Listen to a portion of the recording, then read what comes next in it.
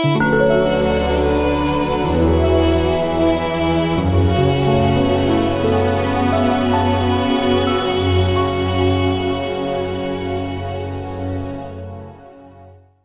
the last time we have begun on the sixth consciousness, which is called the mano consciousness in us. So we have 8 consciousnesses, and right now we are talking about the sixth consciousness, the mano consciousness. And we said that we look at it from 9 perspectives. The first one we already have explored, the perceived object, the externalities.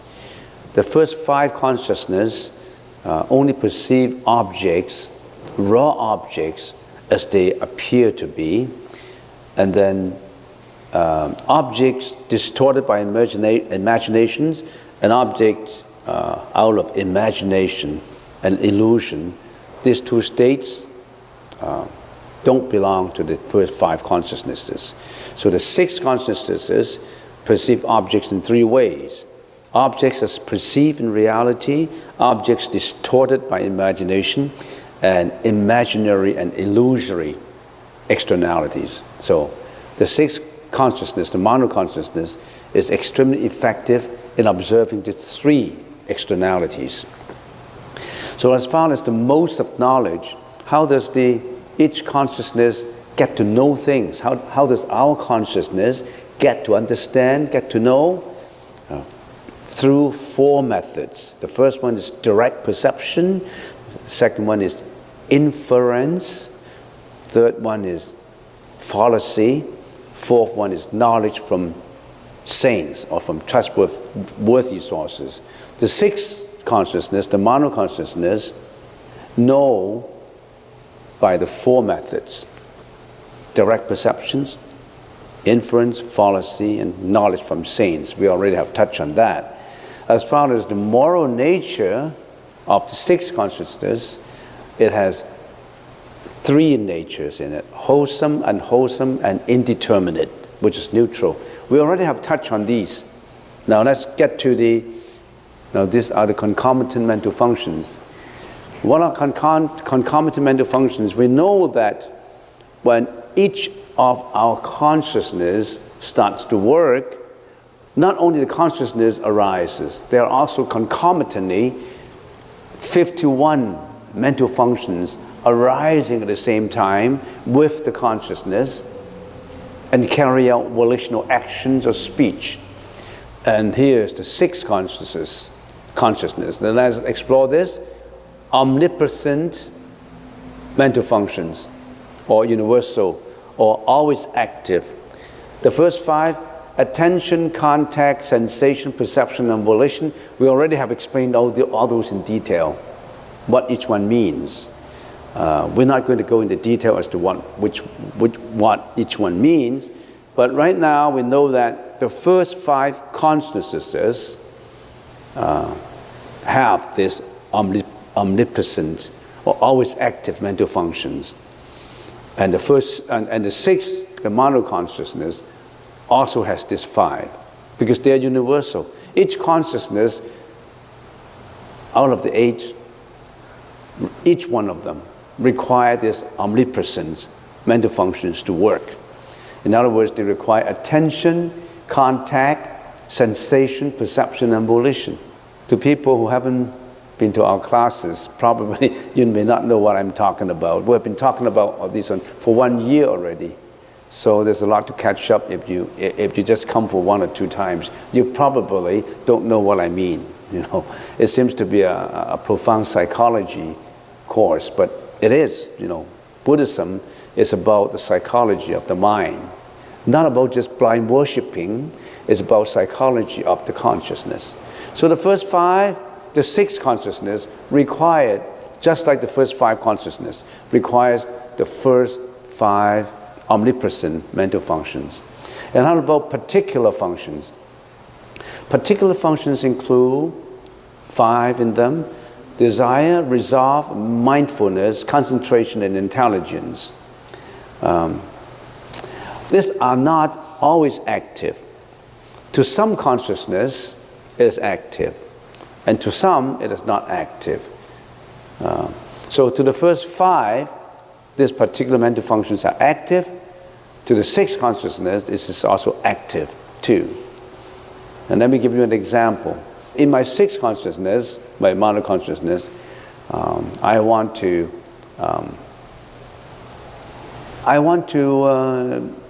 go to a meditation class.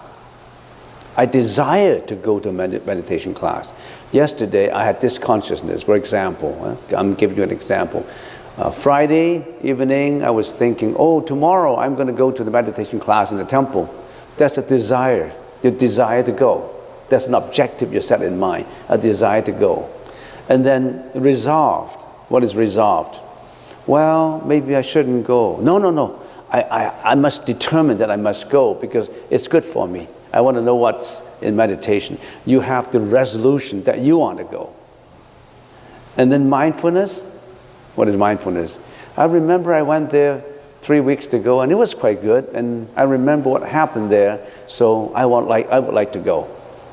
And then concentration. Concentration is you're not moved by anything. You want to go. And intelligence, you have the intelligence of discerning. Well, if I don't go to meditation class, I probably would have slept in for another 3 hours. Sleeping in for another 3 hours on a Saturday morning, I can always do it. But going to a meditation class, it may not happen to me, because if they're not holding a class, I cannot go. So you always have the intelligence of discerning what is better for you and what is not good for you. So these particular mental functions apply to the 6th consciousness. It may or may not. Say, if yesterday, the alternative is, yesterday you were thinking, should I go to that meditation class? No. Maybe I should just sleep in for another 5 hours. I'm tired anyway. I seem like I'm going to have a flu, so I may want to sleep in for another 5 or 6 hours. So I'm not going. So you don't set up that desire to go. Resolved, I'm not determined to go. Mindfulness, well, what's the use of going? It's just sitting there doing nothing, so I don't want to go. Concentration and intelligence, you don't have that. So particular mental functions, that means your consciousness may or may not have these mental functions concurrently working in your mind. Now, these particular mental functions could be on the good side and could be on the bad side. I give you an example. Last night, you were sleeping, you said, oh, tomorrow I should join my friend. Yeah, I should go to that casino. That casino was newly open. Maybe I should just do a little bit of gambling. So I decided to go to that casino for gambling.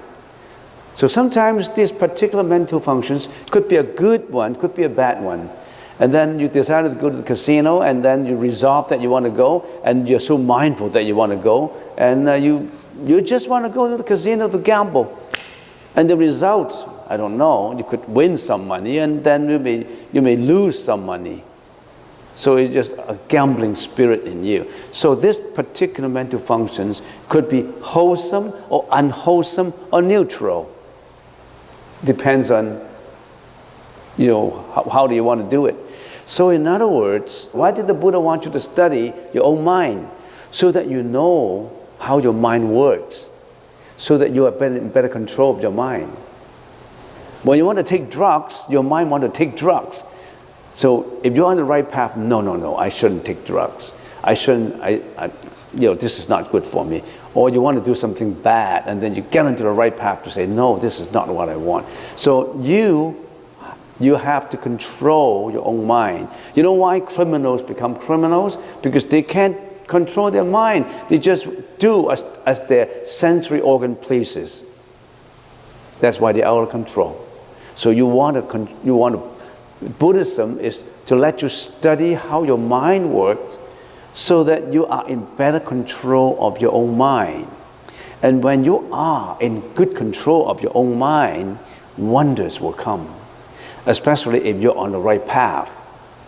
Because you want to set your mind to do something good, you're so determined, you have that concentration, you have that desire, you have that resolve, you have that intelligence, you're set to do the right thing.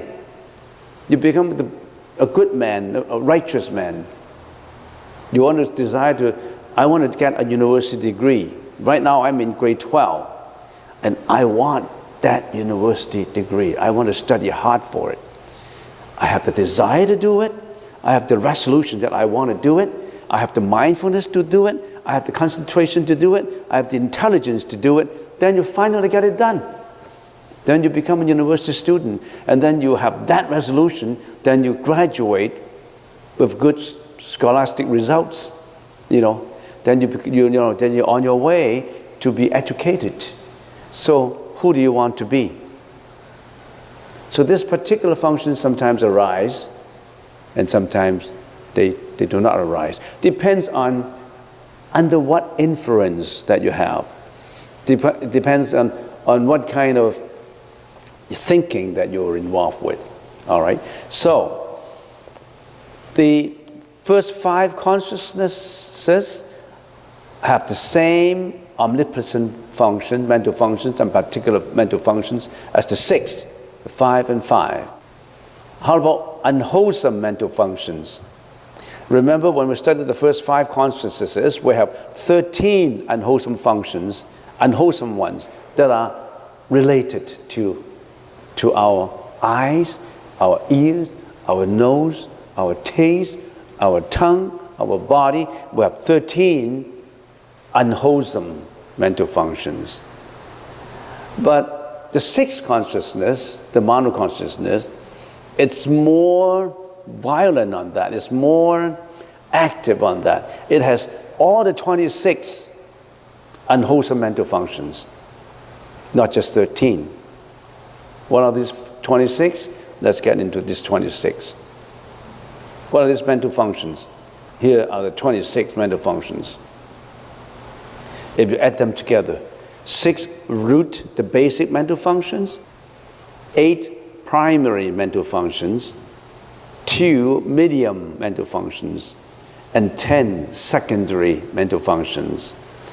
The ones that I highlighted, if you count them, they are 13. They are related with the first 5 consciousnesses. And all the others that are not highlighted, if you add them together with the highlighted ones, they come up to 26, which is the total. They are all related. They're all interactive with the 6th consciousness. So the 6th consciousness is extremely active. It has more mental, unwholesome mental functions than just the eyes, the nose, the ear, the taste, and the tongue, etc.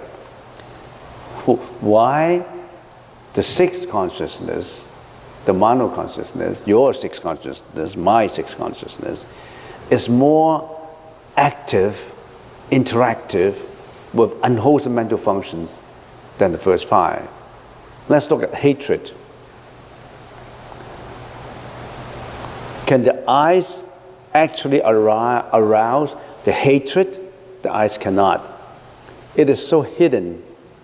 It is so latent. It is so subtle that the eyes are not involved with such a subtlety.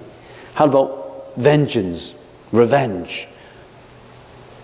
Your first 5 consciousness, they're not subtle enough to have that kind.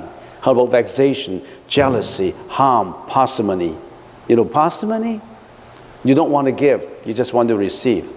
You're like a miser. You don't want to give out anything.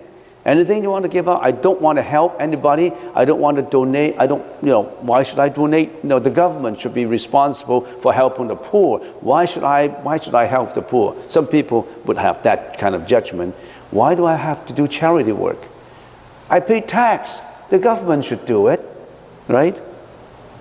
So I don't want to involve in any donation, any generosity. I don't want to give. Parsimony, the eyes, the ears, the nose, the tongue, the body cannot do parsimony. Pride, concealment, flattery, deceiving. These are too subtle for the first 5 consciousnesses. They are for the 6th, the inside, the mano consciousness. And like arrogance, doubt, and false views, they're so subtle that only the mano consciousness has this kind of mental functions, unwholesome mental functions. So in other words, our sixth consciousness is extremely versatile in interacting with these unwholesome mental functions. It is extremely active in it. It is extremely dangerous. Our mental functions, our sixth consciousness is extremely dangerous when it gets involved with unwholesome mental functions. When it gets into bad friends, it is extremely active.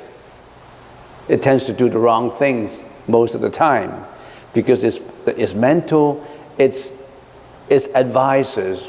Remember, each consciousness has advisors to each of our consciousness.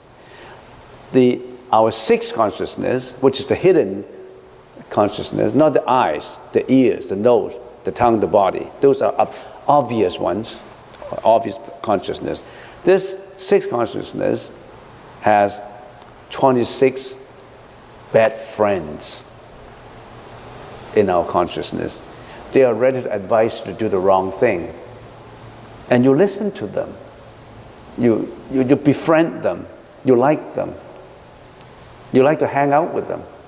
You like to hang out with those who like to drink. You like to hang out with those who like to fool around. You like to hang out to many, many things that are involved with these unwholesome mental functions. Some people would say, why are you so negative? Sometimes we do good things. Of course. You have wholesome advices too. We haven't got to that part yet. We have bad friends in each of our consciousness. We also have good friends. But unfortunately, there are more bad friends than good friends with the present society that we have. With the karmic energy that's surrounding us, with the karmic energy that we ourselves are producing, with the karmic energy that everybody is producing, we've got more bad friends than good friends. So we've got to watch out. It's easy to hang out with the bad guys and the good guys. Do you have that experiences? I have that experiences in high school. Because all these bad karmic energies are surrounding me. They want to involve with drinking, with you name it. You should know.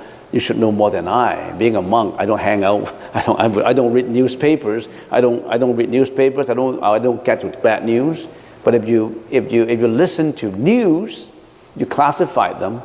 How much is bad, unwholesome energy, karmic energy, and how much is good energy? The mano consciousness is involved with 26 unwholesome functions. And how about wholesome functions? All those good friends. Does our mind only have bad friends? No, sometimes we have good friends. How many good friends we have? Good advisors, 11 of them. 11 of these good friends. And both have the same. Many of these we already have mentioned. We have 11 good advisors in us, advising our sixth consciousness what to do. But unfortunately, we've got more bad friends than good friends. So that's the reason why we're in trouble. So how about the 4 indeterminate mental functions? Regret, drowsiness, investigation, and scrutiny. The first 5 do not have these. But the 6th consciousness have these 4 indeterminate mental functions. Not sure, indeterminate. Why does regret, this advisor or this mental function, sometimes it could be good, it could be bad sometimes. It's indeterminate. Why? Regret, say for example, regret. Regret, if I have done the right thing, sometimes I regret doing the right thing. So that's bad. But if you've done the wrong thing and you regret doing the wrong thing, then that's good. Because you show your regret. So it's indeterminate.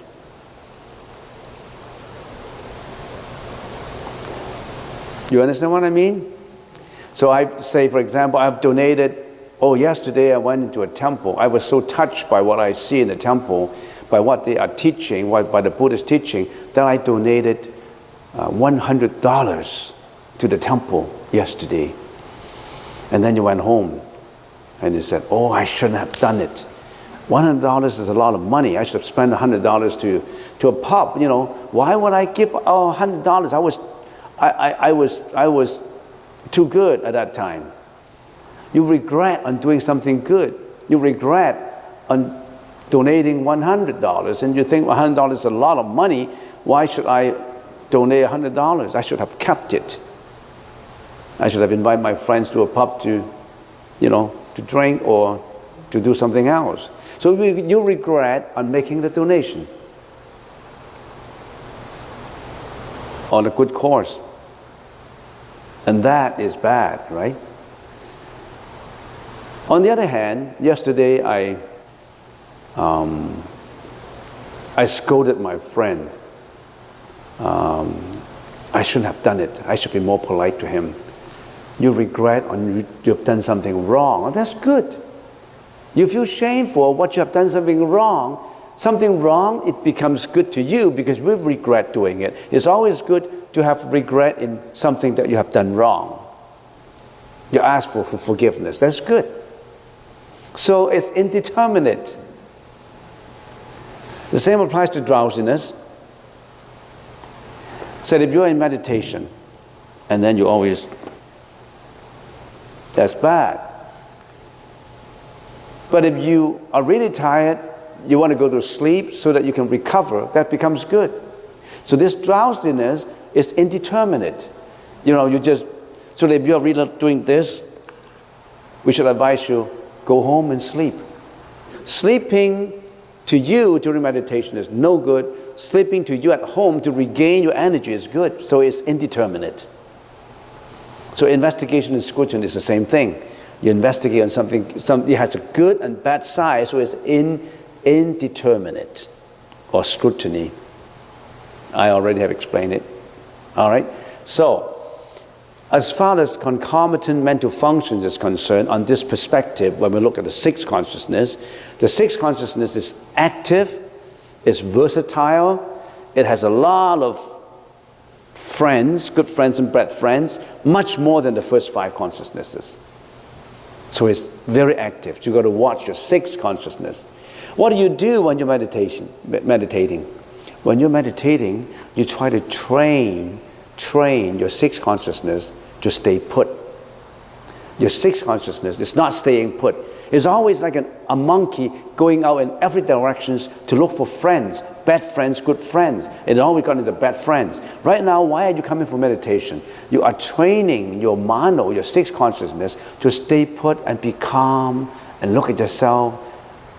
Don't get mixed up with the bad friends. Only make up with the good friends, so that you are yourself. You are who you are. You're not being misled. You're not being misled by externalities. You don't get into bad friends because you are in control. You're training. Every meditation session is you're training your mano consciousness, your sixth consciousness, to be still, to have a good reflection, and not like a monkey going around getting bad friends and making troubles. It's easy to explain meditation that way. You are training your mano consciousness. You are trying to raise your conscious level, the sixth consciousness level, to a sublimation of saint, of enlightenment, of understanding, of nirvana, of becoming a Buddha, of a clear understanding, the utmost intelligence, Samya Sambuddha, Anuttara Samya Sambuddha. You're elevating, you're sublimating. You go to that level in which you're training your sixth consciousness. And that's not just one time doing meditation, and you can do that. You have to do a series of lifelong training of the mano consciousness, so that you sublimate your consciousness level to that saintly level of the Buddha, saintly level of the Bodhisattva. That's what you're doing. It's not just like, I believe in the Buddha and I got blessings. Not that simple. You are doing it on yourself. You're educating yourself. Nobody can save you. Only you can save you. Not the Buddha. Not God. If God can save you, God will have saved everybody already. You don't have to suffer. If God has that power to save everybody and raise that everybody's sixth consciousness to a level of the saintly level, then nobody will be suffering. God cannot do that. Buddha cannot do that. You yourself create your own destiny, create your own heaven, create your own hell. But you got to train yourself, right? You can just talk about it. You just only have a conceptual understanding is not enough. Only have a conceptual understanding of what is in here, listening to this monk talking for years, and you don't practice it. You think that works out? No. After getting the conceptual understanding, you really have to walk it out. Train your mind. Purify your mind to that level. Talking about it is just theory. Throw away the theory. You have been in that theory for many, many years. You have been a professional student only getting information. You're only an information getter. In your computer, you only get all the information. You haven't digested it. You haven't gone through it. You have to walk it out. We get better and better example if we use computer these days. Everybody is like, most of us are information getter. They thought that they got the information, they're already okay. But have they absorbed the information? Have they digested the information? Have they assimilated every piece of information and work it out accordingly? No, they just get the information. Before we have all this computerization, what do? We buy all the books from the bookstores and just shelve it. We never get to read every book from page 1 to page 100. We just get the information. But now, no, the Buddha said, you got to practice. Meditation is one of the practices that the Buddha have advocated to us, introduced to us. You have to train your mind so that you're not under control of the bad friends in your mind, your bad advisors. We have more bad advisors than good ones. You got to watch out. Watch every thought, watch every action, watch your mind. The next on the agenda is the conditions for the production of consciousness. The first 5 we already have studied. How about the 6 that we are studying now? The first one is seats as basis. For the sixth consciousness to work, the sixth consciousness required the memory, required the disk drive, right? What is that disk drive? The disk drive is in the 8th consciousness, the storage consciousness. The manager, your very active manager, required what? Required history, required latent seeds, latent energy to interact with it to work. So in the 6th consciousness, you need all these conditions to come true. Your attention, you have an object. That object could be external or could be internal. You could be creating your own object. Your mano consciousness is capable of creating its own object. For example, my mano consciousness, my internal consciousness. Right now, I'm meditating. I'm thinking of yesterday when I was in my doctor's clinic. I was talking to my doctor, and my doctor is saying this to me. What is that image? That is an image, even though your image of that doctor, of that clinic is not here, it's in your mind. Your mind creates that object. If that object was a real object, then that is an object that carries certain raw, true images. If that object is absolutely a fallacy, then it's a fallacy. Sometimes that object was a true object. Sometimes that object is absolutely false. Could be a misjudgment. All right, so object. Attention, you got to pay attention. Fundamental basis, that's the storage of the 8th consciousness. So The bell is already sounded. So right now we are studying the mano consciousness, and more we find out that how that mano consciousness fit into our practice now. Why are we meditating? It's just for health? No, we are training our mind to get into the sani path, to get into enlightenment. We are training our mind, first of all, to be a righteous person, a good person, a reasonable, right individual. And then we slowly would get onto that higher level, going to that sublimation of a higher and higher and higher wisdom level. So that's what we're planning to do in every sitting of meditation that we're doing in here.